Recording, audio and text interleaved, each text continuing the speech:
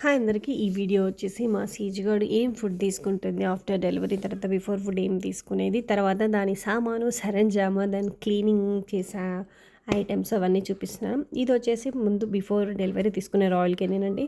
తర్వాత డెలివరీ అయిన తర్వాత రాయల్ కెనీన్లో మదర్ అండ్ బేబీ డాగ్ ఉంది కదా, అది యూస్ చేస్తున్నాను, మినీ అని. ఇది వచ్చేసి ప్రైస్ 4 కేజెస్ 4500 ఏమో పడింది. ప్రైస్ వచ్చేసి కొంచెం దానికన్నా దీంట్లో కొంచెం ప్రోటీన్ వాల్యూస్ అవి ఎక్కువ ఉంటాయి, ఫీడింగ్ చేస్తుంది కాబట్టి అది ఇస్తున్నాము.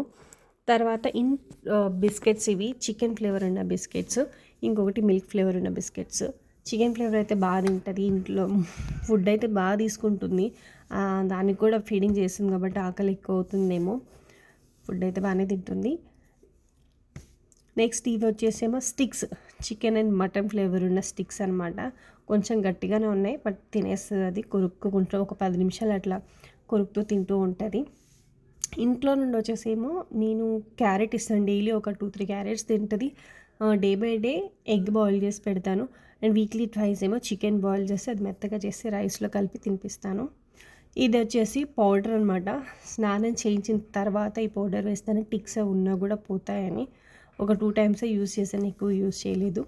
ఇదేమో స్మెల్ రాకుండా డైలీ స్ప్రే చేసుకోవడానికి. ఇంకొకటి ఏమో ఇయర్ డ్రాప్స్, ఇవి స్నానం చేసి ముందు చెవుల్లో వేసి పెట్టి తర్వాత స్నానం చేపిస్తాను. ఇంకా డైలీ కళ్ళ దగ్గర అక్కడ తొడవడం కోసం అని చెప్పేసి వెట్ పైప్స్ అనమాట. ఇవి వచ్చేసేమో ఒకటి మదర్ది, ఒకటి బేబీది. పెద్ద బాటిల్ ఉంది కదా, దాని ట్యాబ్లెట్స్ డైలీ ఒకటి ఇస్తాను. ఇంకా పెద్ద సిరప్ వచ్చేసేమో డైలీ 10 ml మదర్కి వేస్తాను. ఇవి వచ్చేసి దాన్ని కోమ్ చేయడం కోసం కోమ్స్.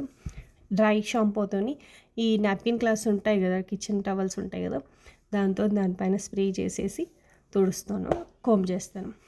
ఈ బ్యాట్ లాంటిది వచ్చేసి మనకి హెయిర్ ఎక్కువగా ఎక్కడైనా అతుక్కొని క్లాత్ పైన అతుక్కొని ఉంటే దాన్ని క్లీన్ చేసుకోవడానికి ఈజీగా ఉంది.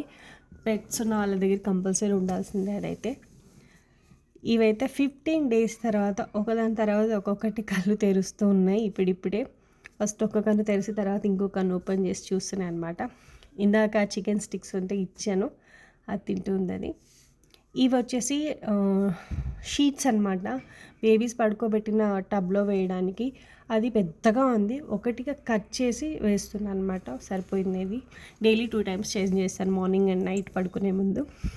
కళ్ళు ఓపెన్ చేసిన తర్వాత ఎలా చూస్తున్నాయో చూడండి.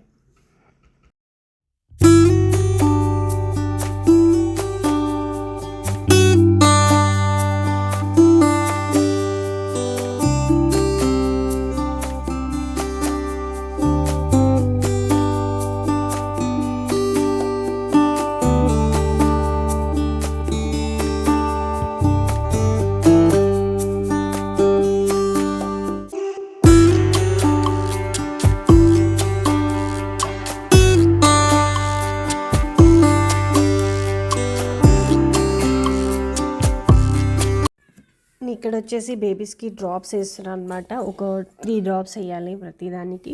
డ్రాప్స్ వేసి అలా పడుకోబెడుతుంది. అవి ఎలా కొంచెం సౌండ్ చేయగానే అక్కడ తినేసి అది వదిలేసి వచ్చి చూసుకుంటుంది. జస్ట్ అలా కొంచెం సౌండ్ రాగానే అది ఎక్కడున్నా వచ్చి సీజు వాళ్ళ బేబీస్ని చూసుకుంటుంది అనమాట. కొంచెం ఎక్కువగా అరిచాయనుకో టబ్ లోపలికి వెళ్ళిపోయి పాలు ఇచ్చేస్తుంది అనమాట. ఫీడింగ్ చేసి ఒక 5 minutes 10 minutes అట్లాగా వాళ్ళు అవి పాలు తాగే వరకు టబ్లోనే కూర్చొని అయిపోయిన తర్వాత బయటికి వచ్చేసి బయట పడుకుంటుంది అనమాట. అది ఆ లోపల ఎక్కువసేపు ఉండదు, ఓన్లీ ఫీడ్ చేసినంతసేపే టబ్లో ఉంటుంది.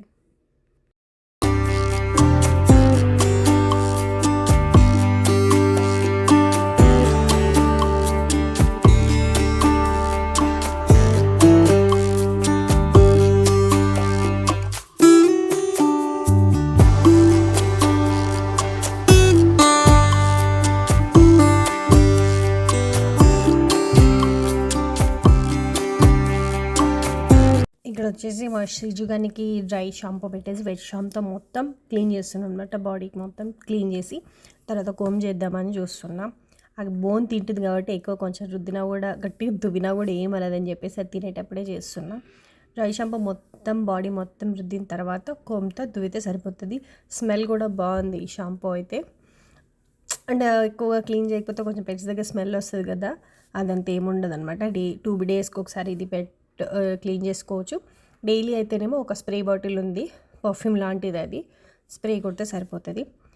కోమ్ చేసినప్పుడైతే హెయిర్ ఫాల్ అయితే చాలా ఉంది. మన హ్యూమన్స్‌కి ఎట్లా ఉంటదో దీనికి కూడా హెయిర్ ఫాల్ అయితే విపరీతంగా ఉంది. మొన్నటి వరకు డెలివరీ ముందు వరకైతే ఎటువంటి హెయిర్ ఫాల్ లేదు.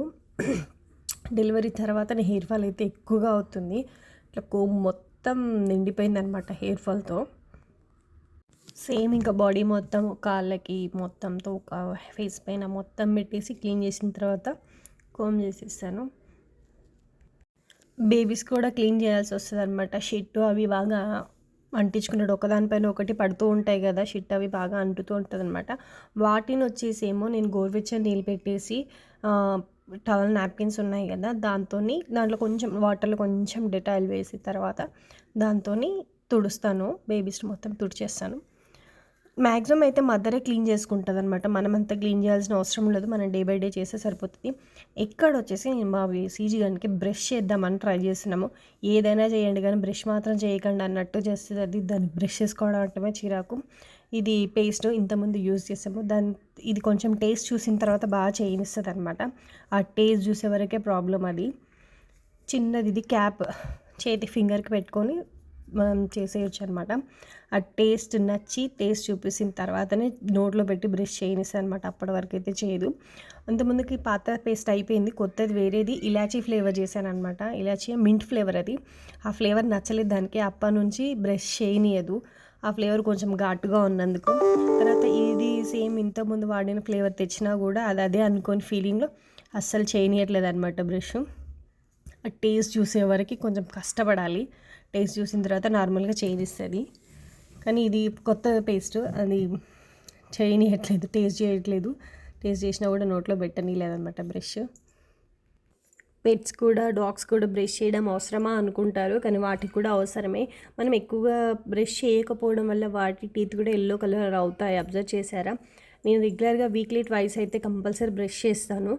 అంత ఎల్లో కలర్ రావు, నార్మల్గానే ఉంటాయి. ఈ మధ్యలో కొంచెం అది కన్సీవ్ అయినప్పటి నుంచి తక్కువగా బ్రష్ చేపిస్తున్నాను. సతాయించట్లేదు దాన్ని ఎక్కువగా, కొంచెం వీటి కోసం వాటి కోసం అని చెప్పి. ఆలోపే వీటికి ఎల్లో కలర్ అయిపోయాయి అనమాట టీత్ అంతా.